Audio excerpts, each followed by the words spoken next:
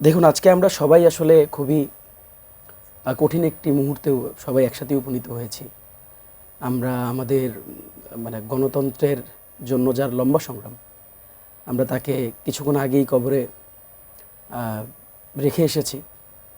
এবং যেমনটি আপনি বলছিলেন যে কেন ওসমান হাদি, আসলে এটা একটা এখন মহাকাব্যের মতন। আমরা যখন ওসমান হাদিকে আমরা যখন দেখেছি, তার সাথে আমাদের যখন প্রথম নাগরিক কমিটি আপনারা জানেন ফর্ম করা হলো, উনি আমাদের সাথে আমরা একসাথে কাজ করেছি লম্বা সময়। আমাদের সাথে বিভিন্ন ইস্যুতে বিভিন্ন কথা, বিভিন্ন ধরনের ভিউ এক্সচেঞ্জ আমরা সব সময় করেছি। যে বিষয়টি আসলে মৌলিক প্রশ্নের জায়গা, সেটি হচ্ছে যে কেন ওসমান হাদি, সেই উত্তরটি যদি আপনি জানতে চান তাহলে হচ্ছে এই জন্য ওসমান হাদি যেই বস্তা পচা রাজনীতিকে আমরা 5 আগস্টের পর চ্যালেঞ্জ করতে চেয়েছিলাম, যে ট্রেডিশনাল ফরম্যাটের রাজনীতিকে, যেই ইস্টাবলিশমেন্টকে আমরা সরাতে চেয়েছিলাম, একেবারে শেষ অবধি ওসমান হাদি যেই জুলাইয়ের স্পিরিটকে সাথে নিয়ে ওসমান হাদি এই কথাগুলো বলে গেছেন। সাধারণ মানুষের কাছে ওসমান হাদি একেবারে নিরেট, কোনো ধরনের ভিন্ন চিন্তা ছাড়া, কোনো ধরনের ব্যক্তি স্বার্থ ছাড়া, কোনো ধরনের কোনো কিছুর প্রাপ্তির চিন্তা ছাড়া তিনি মানুষের কাছে পৌঁছেছেন। আপনারা দেখেছেন যে কিভাবে করে একটা পুরো ইন্টায়ার পলিটিক্যাল কালচারকে, পুরো ভোটের কালচারকে চ্যালেঞ্জ করা যায়। এবং আমি আপনাকে শিওরলি বলতে পারি, আপনি পুরো বাংলাদেশের ইন্টায়ার হিস্ট্রির দিকে তাকান, you will never get this.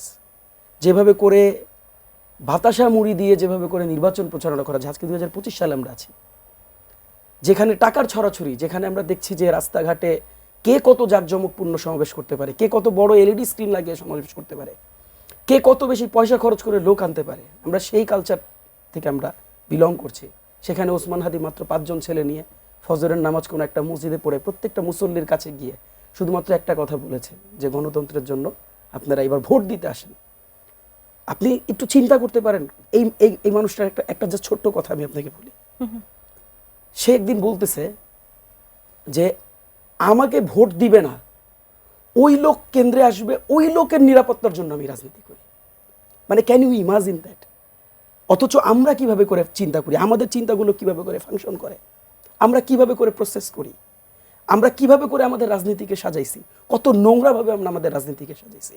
যে আমাকে ভোট দিতে চায় না, আমি তাকে ভোট কেন্দ্রে আনতে চাই না। যে আমাকে গালমন্দ করে, যে আমাকে দেখতে পারে না, যে আমাকে দূরে সরায় দেয়, আমি তার কাছে আসি না। অথচ যেই ব্যক্তি তার গায়ে ময়লা পানি মারে, সে দাঁড়ায় বলতেছে যে আমার গায়ে তো 3 বার ময়লা পানি মারছো, আরেকবার মারো, কোনো সমস্যা নেই, I will be here with you. কারণ আমি তো মানুষের, ইভেন দেখেন দৃষ্টিভঙ্গিটা দেখেন, কত ফার ডিফারেন্ট দেন আস। আল্লাহ তো আসলে যাকে তাকে শহীদ হিসেবে কবুল করে না। আল্লাহ খুব পছন্দের যারা, তাদেরকেই এই উচ্চ মাকামটা দান করেন, তাদেরকেই উচ্চ স্তরে নিয়ে যান। আমরা জিয়াউর রহমানের রাজনীতি দেখেছি, আপনি দেখবেন যে কিভাবে করে আল্লাহ তাকে বিশেষভাবে তাকে কবুল করছেন। এবং বাংলাদেশের রাজনীতিতে তার যেরকম অবদান ছিল, দেখবেন জিয়াউর রহমানকে আমি আজকে চ্যালেঞ্জ করে বলি, গোটা বিএনপি জিয়াউর রহমানকে যেভাবে করে ধারণ করে নেই।